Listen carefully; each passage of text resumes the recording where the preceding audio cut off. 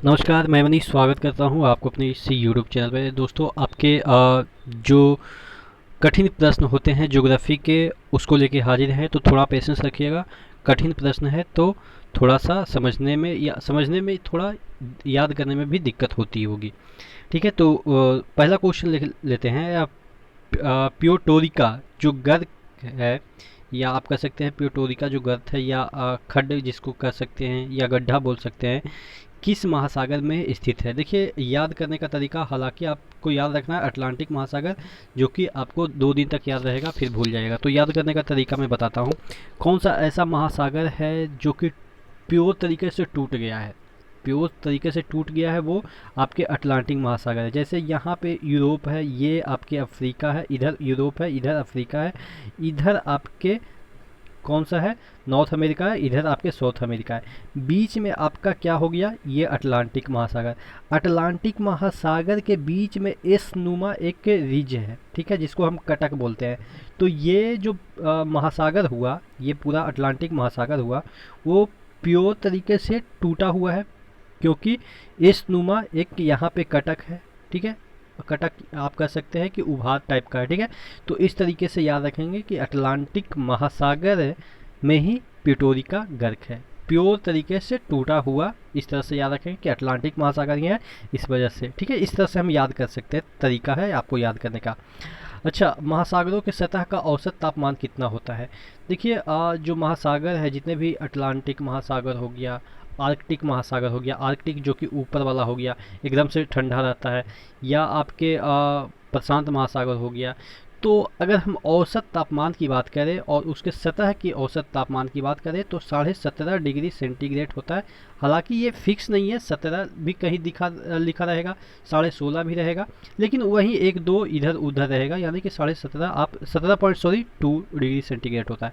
और सतह का, जो पृथ्वी के जो सतह है उसका, यानी कि भूतल का जो तापमान है, वो कितना एवरेज रहता है, वो 2 डिग्री कम रहता है, 15 डिग्री। ध्यान रखिएगा, क्योंकि जो सतह है वो जल्दी ठंडा हो जाता है, जल्दी गर्म हो जाता है, लेकिन जो आपका सागर है या महासागर है, उसकी पानी ज़्यादा देर तक गर्म रहती है, यानी कि उसके अंदर गर्मी को अपने पास रखने की क्षमता ज़्यादा होती है, जिसकी वजह से उसका एवरेज टेम्परेचर थोड़ा सा ज़्यादा हो जाता है। किससे, जो आपके भूमि है या मरुस्थल, सॉरी, जितने भी मरुस्थल या भूमि, जितने पहाड़ पठार सभी मिला के एवरेज जो टेम्परेचर है वो 15 है पृथ्वी का।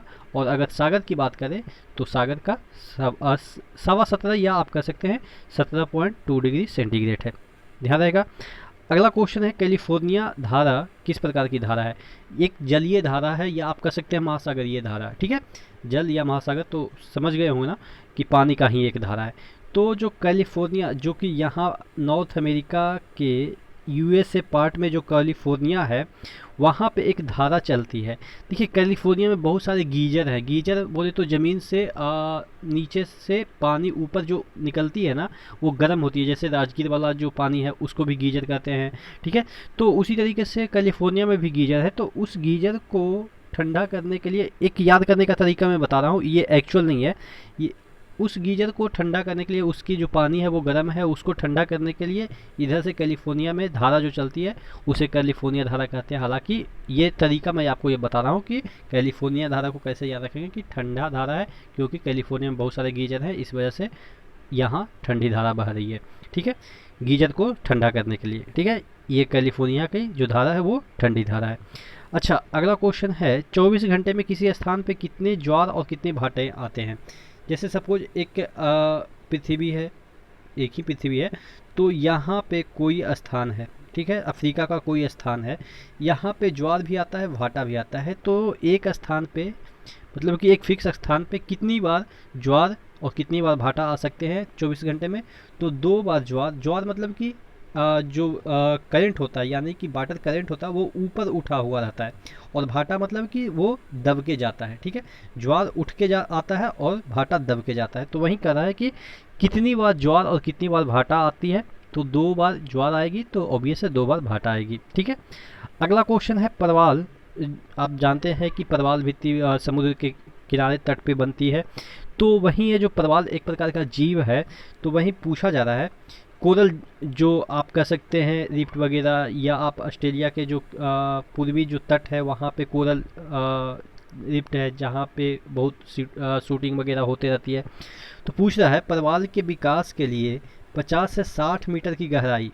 अब ध्यान रखना है कि जो कोरल का डेवलपमेंट होता है वो एवरेज कितना नीचे होता है समुद्र के, वो 50 से 60 किलोमीटर मीटर नीचे होता है। औसतन औसतन सागरीय जो लवणता है वो कितना होनी चाहिए, 27 से 30 जो परसेंट है वो औसत सागरीय लवणता होनी चाहिए। इससे ज़्यादा होगा तो प्रवाल नहीं बनेंगे, इससे कम होगा तो पर भी प्रवाल नहीं बनेंगे। साथ कितनी तापमान उपयुक्त है, ठीक है। तीनों फैक्टर आपको याद रखना है। क्या क्या फैक्टर, कितना गहराई होनी चाहिए, ठीक है। उसके बाद पूछा जाएगा कि कितनी लवणता होनी चाहिए, और इस क्वेश्चन में पूछा गया है कि कितना टेम्परेचर उपयुक्त होता है।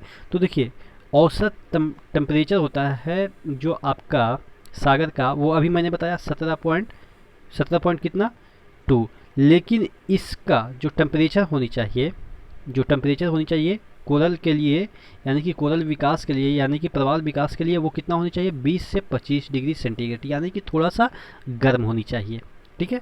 और इससे ज़्यादा गर्म हो जाएगा तो पर भी खराबी है, नहीं बनेगा, और इससे कम हो जाएगा तो पर भी खराबी है, फिर भी नहीं डेवलप होगा, यानी कि इतना ही चाहिए।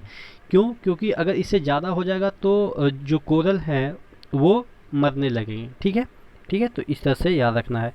यदि पृथ्वी का एल्बिडो एक प्रकार का फेनोमेना है जिसके तहत ये बताता है कि कोई भी सतह कितना जो टेम्परेचर, या आप कह सकते हैं एनर्जी, या आप कह सकते हैं कि ऊर्जा जो पड़ती है उसका रिफ्लेक्ट कर देता है। जैसे पृथ्वी का एवरेज एल्बिडो कितना है 0.30%। इसका मतलब क्या दर्शाता है, जो एवरेज एल्बिडो का मतलब एक सिंपल टर्म है, वाइटनेस समझ जाइए कि अगर कोई आपका आइस है, बर्फ़ है, तो उस पर सूरज की रोशनी पड़ेगी तो मैक्सिमम रिफ्लेक्ट हो जाएगी क्योंकि वो वाइट है। और अगर एक आप काला कोई सब्सटेंस लेते हैं तो उस पर सूरज की रोशनी पड़ेगी तो उसका जो एनर्जी है वो ज़्यादा एब्जॉर्ब हो जाएगी, वो वापस उसको रिफ्लेक्ट नहीं कर पाएगी।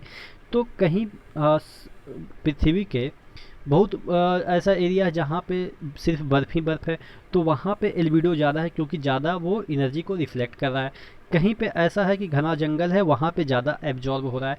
तो एवरेज की बात करें तो कितना परसेंट है 0.30%। ये कहने का मतलब ये है, इसका मतलब क्या होता है यही पूछा गया है। इसका मतलब ये होता है कि अगर 100 एनर्जी को हम जानते हैं कि जूल में रिप्रेजेंट करते हैं, अगर 100 एनर्जी आ रही है तो 30% एनर्जी वापस वायुमंडल में चली जाएगी, यही कहने का मतलब है। यहाँ पे देखिए सौर विकिरण का 30% भाग अंतरिक्ष में वापस चले जाएंगे, ठीक है। अगर 0.30% है तो इसका मतलब क्या है कि 30% वापस चले जाएंगे, ठीक है। अगला क्वेश्चन की ओर बढ़ते हैं। सामल कहाँ की गर्म स्थानीय हवा है?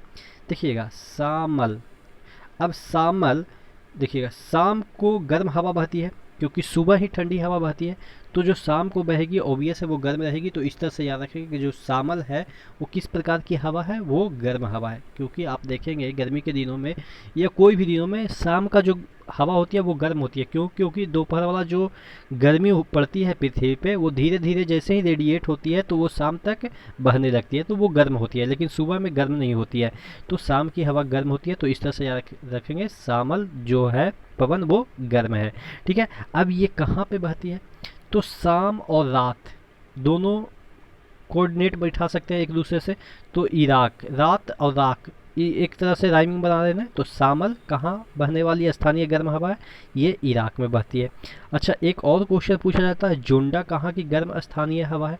देखिए जोंडा, आप गांव देहात में सुने होंगे कि जोंडा बच्चा पैदा होता है, जुड़वा को जोंडा हम लोग बोल देते हैं अपने देहाती लैंग्वेज में।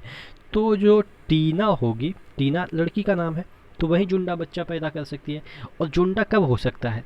जब पेट में ज़्यादा गर्मी होगी। देखिए मैं आपको याद करने का तरीका बता रहा हूँ, इसको अन्यथा वे में न लीजिए। किसी का नाम हो या किसी का कोई जान पहचान हो तो उसको उस नज़र से मत देखिए, बस याद करने का तरीका मैं बता रहा हूँ कि जोंडा तभी होगा क्योंकि देखिएगा अगर ठंडी होगी तो ठंडा में लोग चिपक जाते हैं, और गर्मी रहेगी तो फैल जाते हैं, यानी कि दूर दूर जाते हैं, तो यानी कि जोंडा हो गया, ठीक है, जोंडा हो गया। अब जोंडा में दो हो गए तो यानी कि जोंडा गर्म स्थानीय हवा है, ठीक है, जोंडा गर्म स्थानीय हवा है। और ये टीना यानी कि अर्जेंटीना में बहती है। आशा करते हैं जितने भी क्वेश्चन मैंने कराए आपको याद हो गए हुए। इसी तरह से बने रहेगा चैनल के साथ। नेक्स्ट वीडियो मिलते हैं, तब तक के लिए धन्यवाद।